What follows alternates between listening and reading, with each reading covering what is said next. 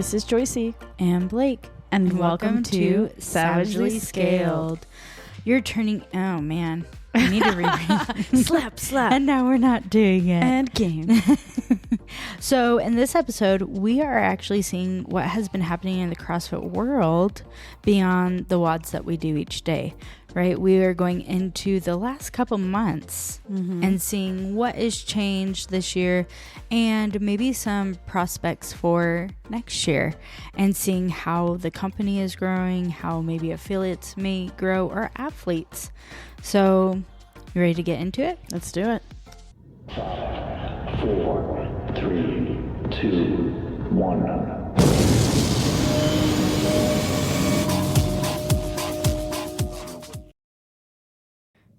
So today, again, we're going into news. We're going to be digging into some major stories from roughly mid-September through late October, maybe the rest of this season, such as like elite athlete news, competition updates, structural changes, affiliate ecosystem shifts, and how it all trickles down to regular members and affiliates like us at Kingman CrossFit, or where you guys are at.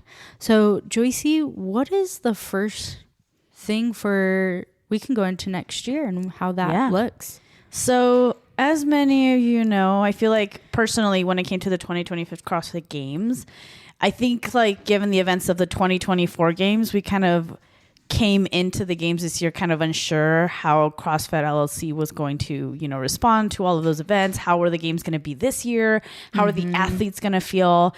And I think it was a lot of just mixed reviews. We had a lot of athletes who decided, you know what, I'm not going to participate in the games this 2025. I'm going to kind of retreat and do something separate, more in support of everything that happened with Lazar Dukic and all of the events there. Right. But it looks like for 2026, they're really trying to come back and revamp what CrossFit is. And one of the biggest things that they really worked on was the CrossFit Games schedule and what that's going to look like next year. As you have heard for many of you and those who haven't, it is going to feature new semifinal events and will be held at the SAP Center in San Jose, California, which is very exciting because for many of us here in Kingman CrossFit in Arizona. Well, that's not semifinals though. Isn't That's it? the games. Are you no, sure? that is the games. Well, then I got that wrong. Yeah. But okay, let's clarify. For the games in California, which I think is going to be really exciting for a lot of us because we are really close to California, and that's going to be something that hopefully many of us will manage to participate in, fingers crossed. In addition to that, there's also just conversations about CrossFit LLC being for sale as well. That's another big thing that came up this year. I think as of now, there's no final deal that has been announced just yet. It looks like it's still in the works. But with that, it seems like 2026 is still kind of going to be a new and uncertain year. But like we do in every year, we're going to have a lot of athletes trying to qualify for the games. And in order to qualify for those games, you can participate in semifinal events. 8 of the events are going to be in person. Yep. While 2 are going to be brand new this year. The new ones will be called the Legends Championship and the Mad Fitness Festival. Those sound so fun. They sound pretty cool. I remember we had Legends. Right. But those were always like, it was mixed in with a semifinal, but it was more of like athletes who have retired, or they would do pairs. That's pretty cool. I like things that. like that. So to see this is amazing, and to hear that the games are going back to Cali, which is where it's originally from. So, it just Has makes a my little heart flutter. value. Yeah. And hearing that we're having, again, in-person qualifying events, 8 of them, so with the in-person. But I know that they're still going to have additionally, like, online semifinals will be held also. Just seems fun. And it's all across the world. I mean, just kind of throwing some out there in case, again, I'm not very knowledgeable in these, so I think it's kind of nice to share. But they have like the Mayhem Classic, that's in Tennessee. And I think there's 3 open spots for men and 3 for women in that one. They have the Legends Championship, that's in California. That one has 2 spots for men and 2 for women. Then you have the Copa Sur, which is in Brazil. Sounds so cool. 2 men and 2 women spots there. And then we have the Far East Throwdown in South Korea. That's 1 man and 1 woman. And then we have the French Throwdown, and that has 3 spots for men, 3 for women. Of course, the Torium Pro in Australia, that's 3 men, 3 women. Then we also have the Rebel Renegade Games in South Africa. That's 1 man and 1 woman. We also have the Syndicate Crown and that's in Knoxville. I know 2 of them are in Tennessee. Unfair. Right? I'm like, well, Tennessee's pretty cool. Let's be real, right? It is. And you have Knoxville and then you have Cooksville, right? That's the 2.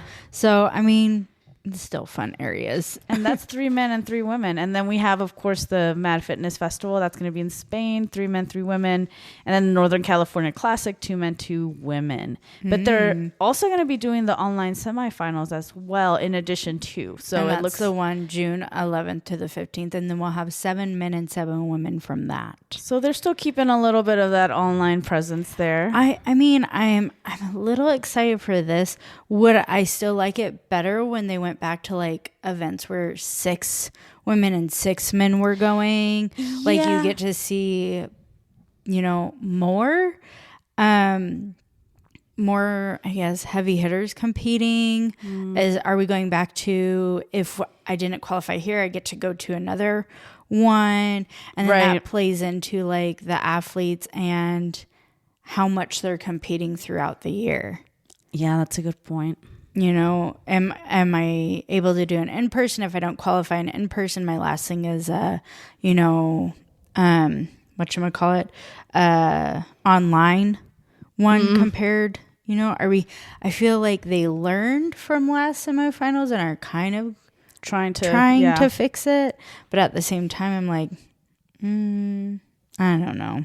Well, we shall see. But another hint that was also dropped for 2026 by Dave Castro was that they believe the 2026 games could be returning to the ranch where it all started. So we'll see. Yeah, his ranch is in that area. They're Carson City. Mm-hmm. Yeah, so it's I always love it when they take it back. Yeah, it's nice. All right. And then another competition that I wanted to bring up that I personally didn't know about, and it looks like Jake and I didn't either. Yeah, we're learning about it today, guys, is the Down Under Championship. It is a CrossFit licensed event. That's the word I was looking for. Licensed. Is back. It is Australia's quote-unquote biggest CrossFit Throwdown. It happened on October 24th through the 26th. And this was its second year. It features 2 elite divisions, individual and same-gender pairs, in addition to RX Intermediate Age Group and Adaptive. In 2024, when in its inaugural year, it looks like Amy Kringle and Peter Ellis topped the podium in the elite individual category. And then when it came to the team division, Ricky Gerard was in one of the teams with Aniel Ikai, and they won for the men. Charlotte Baldwin and Julia Hannaford won for the women. But one athlete in particular that we're excited to kind of highlight is New Zealand's Bailey Martin, who had competed in teams with. Oh, yeah. Yeah. So he's a really good athlete, but he had to withdraw from the Torian Pro in June because he suffered a minor heart attack. That's right. Yeah. Which is terrifying. I was like, are we Yeah. young to have a heart attack? That's scary. It was off, but he just recovered in a few months that followed and obviously resumed training. And he came back into this competition and placed first. Dang. Which is pretty cool. And then Zane Shellabear, if I'm probably not pronouncing that right, and Healy were pretty much, I think, in second place. And then Ben Fowler was in third. And then for the women, it was Poppy Hay first, Daisy McDonald, and Isabella Vallejo in third place for that event. But I think, again, I had no idea Bailey was out and that he had a heart attack and just came back and I totally forgot about that because I had read that, and then when I watched the Torian Pro, it was announced. Yeah, I haven't heard about that competition. Yeah, which is crazy because I love the Torian Pro and all the Australians. Yep. I don't know. I mean, girl, I don't know who I was talking to the other day that I was just like, when I visited Australia, I kid you not, every person was attractive. Every person was fit. It was unfair. It was very unfair. And I was just like, there is not one single unattractive person on these streets. And everyone's exercising. Like, what? Well, that's also a scary continent to live on because, 90% of it is inhabitable. Yeah, that's true. And you have to get like a special clearance license or a clearance to drive through their desert. Yeah, girl, that's why I stuck to the percentage that was habitable. That was alive. Which was Sydney. And then you have like all of the crazy spiders and animals that I'm like, that's the outback right there. Well, it's also in Sydney though. Girl, well, luckily I did not encounter any spiders. But yes, that was one of the biggest things that I was like, that's going to be awful. Well, so those are some of the things that Joycey has touched on, we have one for next year, and we have one that she found very interesting. Do you have anything else before I started that? No, go for it. And then the Rogue Invitational. Oh, yeah, I have a little bit of that too. But I'm going to backtrack just a little bit on my past one. So if you guys remember, the Adaptive CrossFit Games was actually just by us in our neighborhood at Las Vegas. Right. I was actually supposed to go help, but then I had a family emergency. That's right. Yeah. So my plans are for next year. Actually, a goal for next year already for like, not a revolution. Or revelation? No. Resolution. Resolution is... Revolution! The resolution is I want to go help at one of these events that we're near or close to where I can house by my mom or somebody. And I was so excited to go help. The games. Yeah. But going back into that, this year's Adaptive Division event drew about 260 athletes across 32 divisions. Nice. Which is a huge growth from previous years. Let me look this up really quick. Let's see. So yeah, I was very upset that I couldn't go, but it was during a 3 days. This is the second year that the divisional CrossFit Games have been separate from the CrossFit Games finals, including Masters and Teens, and then the Adaptive, which Masters and Teens were together this season and Adaptive Division were not, which I think that was really good because you remember last year, Masters and Teens, they were the same weekend, but in different states. And there were parents and kids that actually qualified in both, but they couldn't go. Yeah. I remember there was a teen who qualified and he's like, I'd rather support my dad in Masters and vice versa. My heart. Right? So I'm glad that they put Masters and Teens together. The separation has allowed Will WOD to expand, though, in its divisions. Like I said, increasing from 6 in 2023 to 30 in 2024. And now there is 32 divisions in 2025. So it's nice to see that Will WOD is expanding and they're getting their separation. Like at first I was kind of upset because I took it as the games is the elite. And whether you're adaptive, teens, or masters, you should have your games at this one games. But now that I've seen how much it's growing and the athletes actually enjoy it, and you get to see people who come out, you don't know if like the teens, masters, and adaptive were like the openers, like when you go see a CrossFit and you're like, oh yeah, they're the open for the opener. Right. You don't want that. So it's nice to see that was what was going on. There were 7 workouts and 9 scored events for the athletes, meaning 900 points were up for grabs. I think it's just a nice thing to have so many divisions, so much growth, and they're still going to be out there for next year. Hopefully they could come back to Vegas. Probably they would just decide to go somewhere else because that's what all these games do. They go somewhere new. They mix it up. Except for like the other games, like they try to stick in a place or have a contract. That way you know for sure that you have your next year's event already placed. True. You know. But again, the adaptive side is expanding. It's gaining more visibility, which is great for the inclusivity and the affiliate program opportunities, right? Because I feel like coming from an affiliate, me as a coach, when I look at our programming, there's so many side divisions of HYROX. We have sweat class, we have lifting, we have all these different programming sessions too. I don't know if one day that they'll then go into, adaptive programming, or if that already is the case with Will WOD. Right. But that's what I have for the adaptive. Nice. Good turnout. But we do have, since we talked about that, a future competition, a past competition, is the 2025 Rogue Invitational, which is October 31st to November 2nd in Scotland. So, that's one place I would have loved to go. Oh, it would have been cool. It's in Aberdeen, Scotland. Such a cool name. Right. And you saw the athletes. They were wearing kilts. Yeah. I was like, I want a picture like that with a sword. Yes. Though I did see Brooke Wells, or it was one of the Wells sisters, and she was just in her regular gym outfit. And I was like, girl. I think Daniel Brandon had the coolest stand. She had like the one in the back, and then it was so cool. So cool. So I know this is 20 men and 20 women, but it says Rogue has committed $1 million in cash, as well as an additional $275,000 worth of Bitcoin purchased at $95,000 per coin. Any rise in the coin's value will be paid out at the valuation when the prize purse is finalized. Wow. What? So they're getting paid in Bitcoin or something? Well, it says, so let me read that again. Rogue has committed to $1 million in cash, as well as an additional $275,000 worth of Bitcoin. Wow. When it was purchased, it was $95,000 per coin, but any rise in the coin's value will be paid out at the valuation when the prize purse is finalized. Oh, so once they pretty much win, they're going to pay them out for whatever they put in and what they've earned in that time. Yes. Wow. Well, I wonder why they did that. I know. That's different because you're getting cash and... We're in a world where now we want Bitcoin. And it's insane. But it is nice to see because Alex Gazan...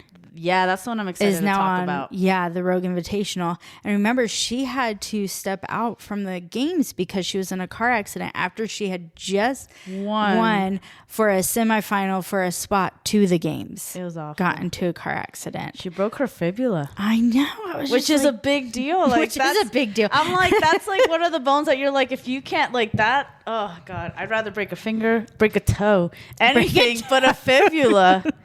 Oh man. And this is her first event since that, right? It is. So it's the athlete comeback story is her returning.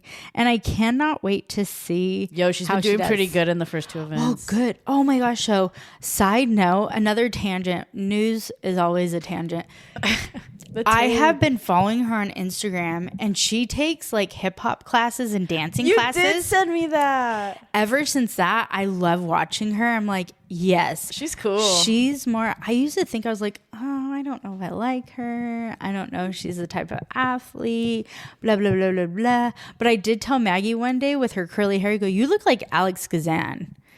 And she's like, who's that? It was like years ago, or maybe last year, and I showed her.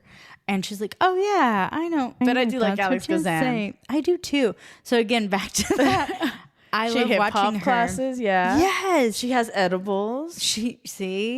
I don't know. Like she'd be another friend. She would be cool. She'd be a good +1 to an event. Yeah, she has things we both like. Right? Yeah. Yeah, I feel like her and Danielle Total Brennan, Blake and Joycey Magnet.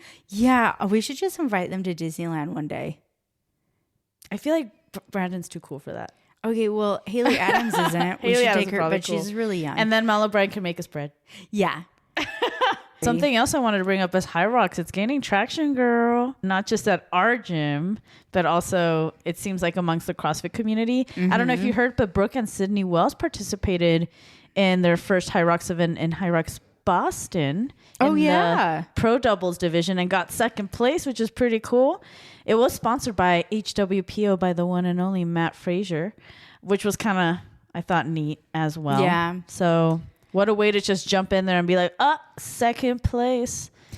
I mean, when you are an elite athlete and you have something similar, and they both were in track and field younger.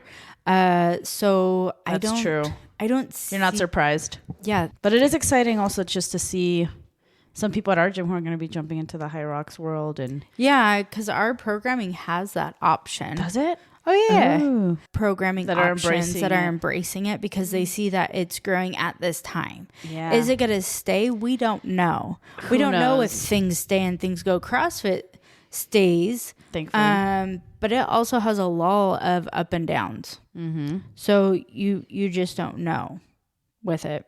But shout out to those who have signed up at our gym. Yeah. Justin, Carol, Cameron, and Pam, I think. Yeah. They're doing the Phoenix one. Mm-hmm. And I know there's a Vegas one. Mary wants to do it. I think with Wendy. I need to check my dates, but I think it'd be fun. Yeah. Be really fun. Going into like a different hybrid programming or hybrid competition, because that's what HYROX is a hybrid of things put together, right? There's also this thing called ATHX. Or yeah, that's how I think it's pronounced. ATHX Games. And it was in Berlin. It was something that I was like, what is this? So at the ATHX Games, it is a UK-based hybrid fitness competition that combines strength, endurance, and speed through a series of high-intensity events, right? There's still things where I'm like, oh, that still reminds me a little bit of CrossFit and certain things, but you add the speed. So then we're going into a HYROX, maybe.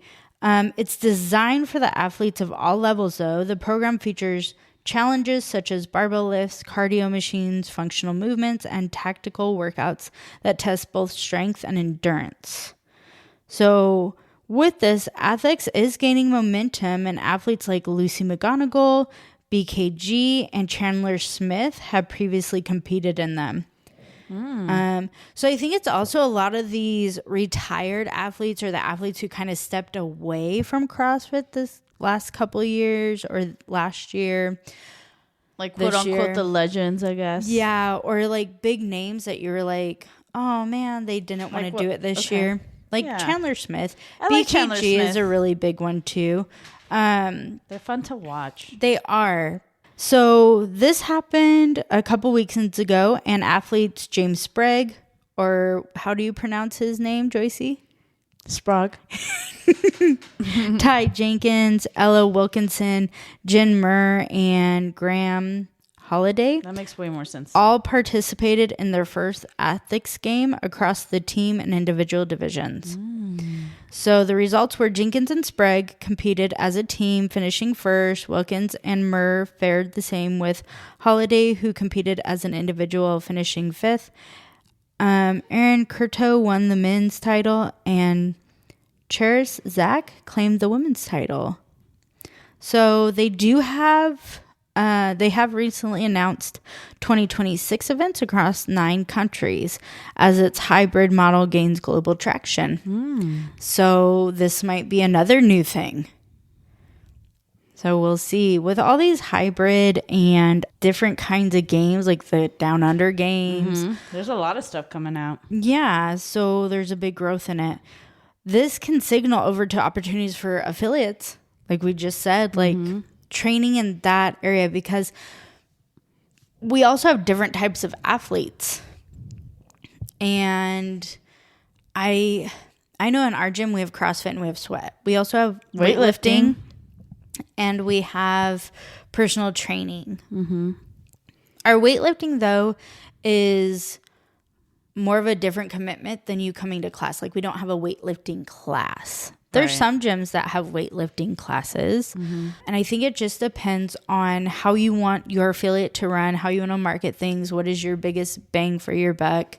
Also for the person who's training, you know, people, hours, and who would be coming during those hours, who's going to be coaching during those hours, are they qualified to coach those things, is a big, huge issue. So I'm like, again, I like that the affiliates are going to have options like HYROX, they have options like sweat, they have weightlifting options, they have all these options, but you have to figure out what's best for your affiliate and what's in your town and who's going to be coming to certain things. And is it worth it? You know, is it worth it to have a HYROX class? I think it would be fun to have a HYROX class.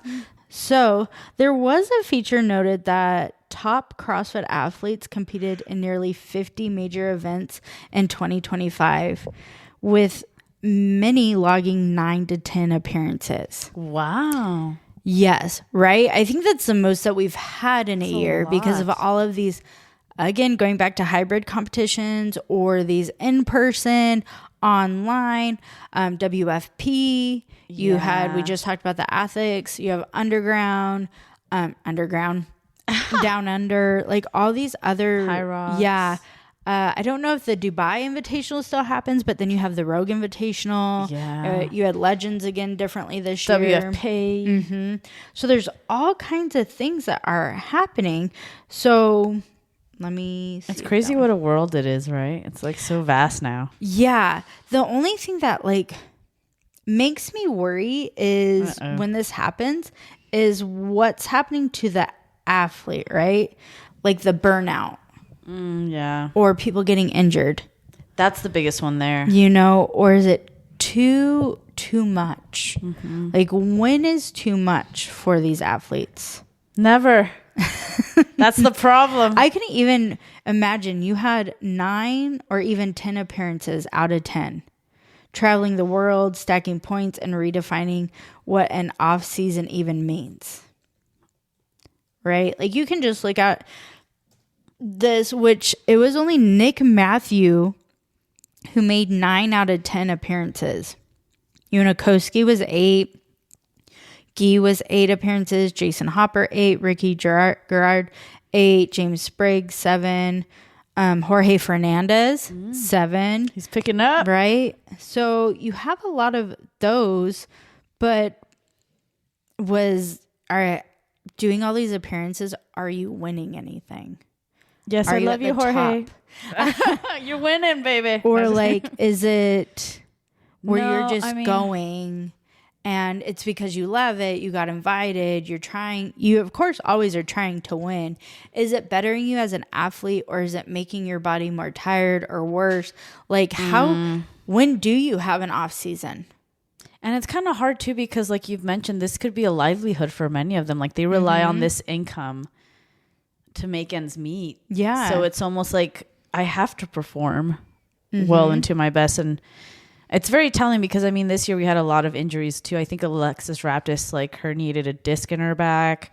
We had Gazan that had her injury going on. Like there's always someone every single year who is just out. Yeah. And it's some of the best, the youngest, the ones who you're like, oh man, they should be at their prime right now. And they're the ones who are getting injured the most. And then they just bounce back like nothing. Yeah. Because just looking at a breakdown. So look at this. So I'll take Hannah Black. Hannah Black was the most in the women's. She competed at Tier Wadapalooza, Miami in a team January 25th to 26th of 2025. So this is all for this year.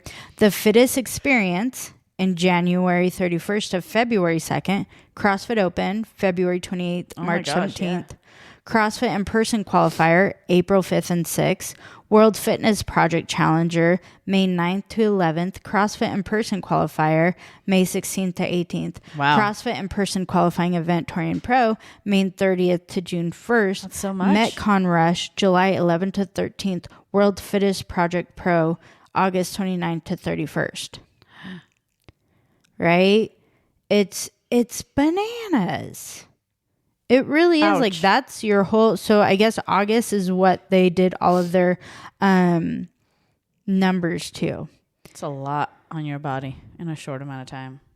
Yeah, like she even says it was worth it, but it wasn't without its challenges. It took a toll mentally, physically, and financially.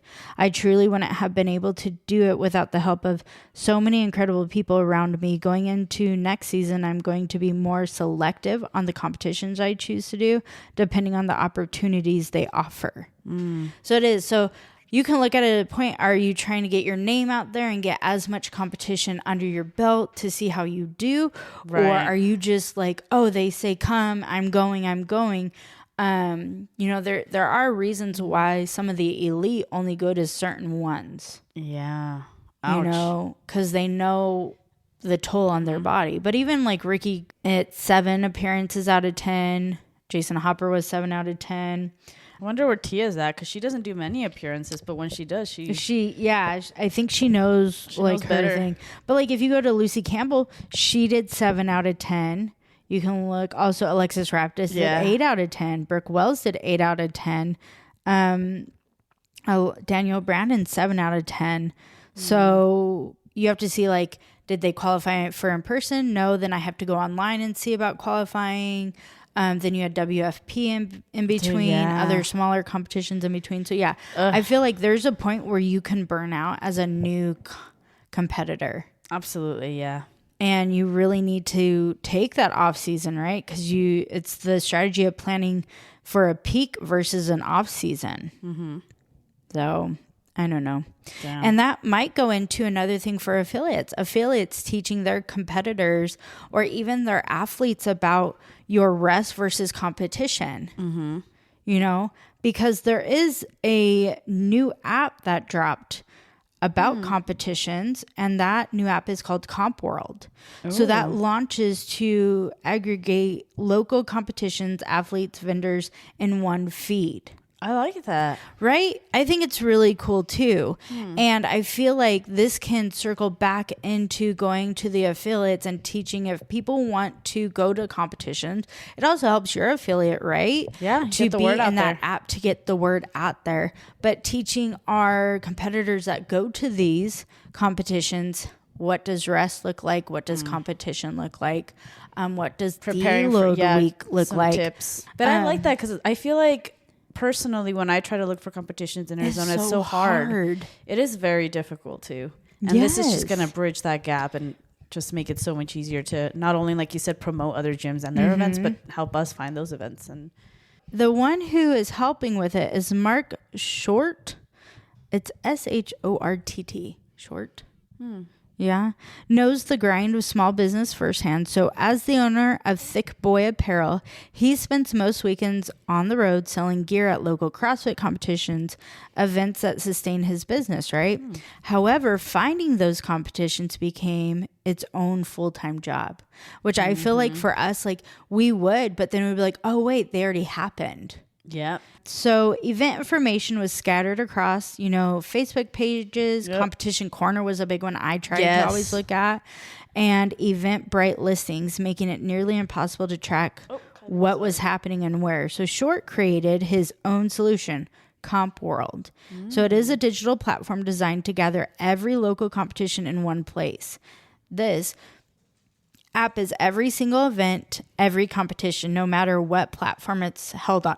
It scrolls like Instagram because that's people are already familiar with. I think that's just how society is now. I mean, and it's fully free for everyone to use. But like, good for somebody to be like, it's really hard to find competition. It's true. It is, yeah. Why don't we get on that, Blake? Okay. We don't have time. Yeah. Once we win the lottery. Yeah, that's when. This is good for affiliates to use this new platform, and it offers local event exposure and affiliate hosted comps, community building. Like, I think it's really cool. I love it. Yeah. It's going to be like the Instagram for CrossFit events. That could be cool. And people could upload pictures of the event and be like, this is what we did. And or comment about it and be like, reviews. Yes. See, good idea. Ooh. CrossFit, I don't know if you've seen it, but CrossFit has actually bringing back their slogan, Forging Elite Fitness. And I just saw like the new commercial. I've been seeing it. Really? And you haven't? You need to look that up. That they've had, and I've had it on Instagram too. I follow CrossFit, like why wouldn't I on Instagram? I know that like, how we said that the CrossFit headquarters and it's up for sale. The discussion That's right. dropped the costly rebrand while simultaneously losing over 5,000 affiliates appears more like triage than a vision. That's how some people are seeing it. I can see that. Like, we don't know what tomorrow brings. Should we bring back what we did a couple years ago and go on to it? Because it feels like if we keep going on this track that we are CrossFit, to me, just like how semifinals and things had changed so dramatically, and we're more of like, I don't know. It just didn't remind me of the old sport that I was in. And I know that sports grow and things like that. But if you look at football, I know certain things change. Rulings can be changed. We can grow in that, but it's still the same sport. Yeah. I just feel like sometimes like with each cell, it had changed and it was like, oh, we don't want to be anywhere near Greg Glassman at all. It is saying like a sudden back to basics pivot should give the affiliate owners pause. This isn't because the message is incorrect, it's accurate, but rather because it implies that the leadership is either running out of innovative ideas or has become desperate enough to revert to the strategy they had previously attempted to dismantle. Which is true. They were like I think this last ownership or whatnot, or just slowly, sorry, trash can, that we've changed. It's been like changing how it's supposed to feel or look and be more flashy in a sense. But it's like it doesn't feel like that care. It doesn't feel like that whole family. In the same sense as like, oh, I'm part of a CrossFit gym. But then when you think of like headquarters or the games or things, it just sometimes feels so not tangible. I feel like they're just like me, like running around with their heads cut off and being like, how do we fix it? How do we fix it? How do we fix it? It's felt like that for some time, yeah. Yeah. And I don't condone anything he said, but he did run a great company. From what I know, which is very little of him. Yeah. There's all hiccups and It's part of the things journey, like that, but I suppose. don't think you should break something, what is it? That's working. Yeah. Don't fix it if it ain't Broke. Yep. So I feel like when they just like, And now they're going broke. they are like affiliates. Now they're fixing it. Have been dropping, and I think a lot of affiliate owners just think this is a quick fix. But I think headquarters needs to maybe look back, do this Forge and Fire or whatnot, and then look at their affiliates, because what has been growing in 2025 is actually the affiliates is more of many people are joining and staying at the gym because it's community. And I think Joycey, the last every time that we go to an affiliate or we talk to our members, and the number one thing you hear is, I stayed because it's a community. Yep. And I feel like headquarters is forgetting that because, right, the community is not a money figure, but in a sense it is. If you're going to build your community, you're going to get more profit from it. If you strike down these places or keep raising prices of your affiliates, you're going to strike down that community, because that community also has to pick whether they're going to feed themselves and, pay rent and do all priorities. the things. And then the affiliates also have to pay rent. They have to pay bills. They have to pay their coaches. They have to pay people to do things, and they have to pay themselves. And I really think they say they're doing it because they have a community cup. They have a podcast that talks about it, but do they really dive into it and see what the little affiliates are dealing with, also the big affiliates, and how can we put them together? But I hope like all that starts to align, and headquarters really looks at it and it's like, we're selling, so let's rebrand, and rebrand costs money. Yep. It's a good point, man. You're right. Every person we talk to is always like the community. Like, It is. It's the biggest one, and by far. But see, when I first started, Joycey, it wasn't community. It was a new way to get strong. It was it was things to be like, oh, pull-ups, I want to be as strong to do a strict. Oh, handstands, I want to be strong and crazy to do handstands. That's true. It was all that. And now, because I feel like also during COVID, we were all alone, but we were all doing something. Like our gym rented out the equipment, and the rent was you staying a member, which is nice.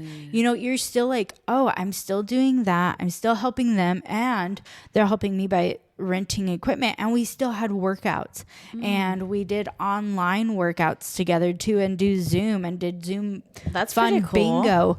And I love that our owners did that because, right, we just switched over ownership and then COVID hit. That's crazy. I feel like we're transitioning into community. Dude, you have been in Kingdom CrossFit for a hot second. I have. I'm thinking because I wasn't even here by the time you were already in Kingdom CrossFit. I've gone through so many stages of CrossFit, and I didn't even start. And I wasn't when here it for that first one. started. Yeah. You know, it was 2013 or 14 when I started. That's crazy. Mm-hmm. Wow. Now we're going into community, and we have Friendsgiving, you know, which if you're listening from Kingdom CrossFit, that is November 22nd. So make sure that you sign up and tell everybody how many peeps are coming and what kind of meal you're coming. I come to get picked on by Terry. That's why I sign up to 4:30. But that's like the community. Like Yeah. I enjoy, and I had said this in my class where somebody was like, do I bother you? I was like, no. I go, I love you guys all individually for who you are. And you should be happy for who you are. Yeah. If you tell me you don't like a song, all I can tell you is it's a playlist. I'll try my best. But you're working out. That doesn't drive me nuts just because you don't like a song. I'm not like, damn it, I'm in charge. Yeah. It's just like, I'm doing my best. You're doing your best. I'll try to switch it up next time. And that's why she brought a megaphone to class. So if this podcast is your swig of pre-workout, remember to follow, hit that like button, and give us those 5 stars. A quick recap of this is major stories of Adaptive Games growth, Rogue Invitational changes, qualification structures for 2026 for the games, affiliate, industry shifts, and that cool Yeah, the Comp World app. Comp World app that I'm really excited for, and I'm going to download this as soon as I get off of available? this. I think so. I'm on it. If you're an affiliate owner or coach, remember, if you're an affiliate owner and would like to be on our affiliate segment, please DM us at SavagelyScaled or email us at SavagelyScaled1@gmail.com. That's a 5 stars. Ooh, 1 review. I'm excited. Oh.